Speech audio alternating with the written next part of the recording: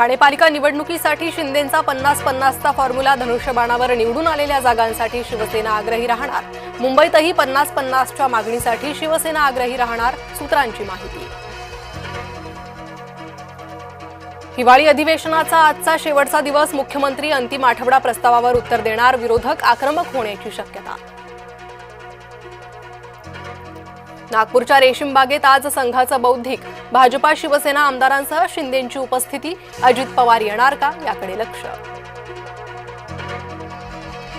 तपोवनमधील वृक्षतोडीवर इम्तियाज जलील यांचा विरोध, धर्माच्या नावाखाली हजारो झाडं कापली जात आहेत, कुंभमेळ्याच्या इतका निधी देण्याची गरज काय, जलील यांचा सवाल।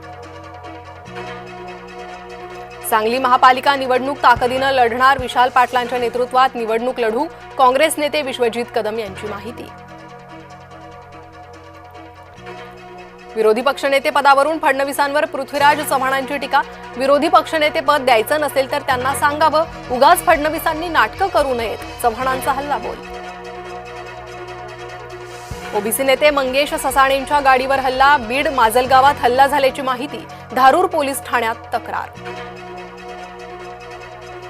डोंगराळे अत्याचार आणि हत्या प्रकरण, आरोपीला 14 दिवसांची न्यायालयीन कोठडी, पोलिसांकडून 450 पानांचं आरोपपत्र दाखल।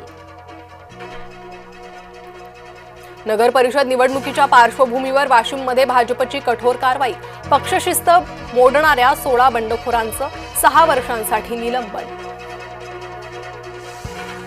बिबट्याच्या हल्ल्यात 4 वर्षीय चिमुकल्याचा मृत्यू, संगमनेरच्या जवळे कडलक गावातील घटना, चिमुकल्याचे नातेवाईक, ग्रामस्थ आक्रमक। लोकलच्या 3ही मार्गांवर आज मेगा ब्लॉक, सकाळी 11 ते दुपारी 4 पर्यंत लोकल वाहतुकीवर परिणाम, प्रवाशांचे होणार हाल।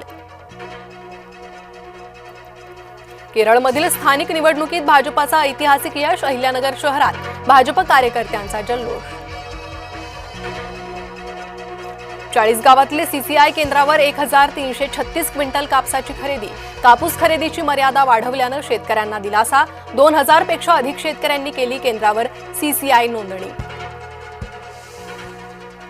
जळगाव जिल्ह्यात पसरली थंडीची लाट, जिल्ह्याचा पारा 6.5 अंशाच्या निच्चांकी पातळीवर, पुढील काही दिवस थंडी वाढण्याचा इशारा।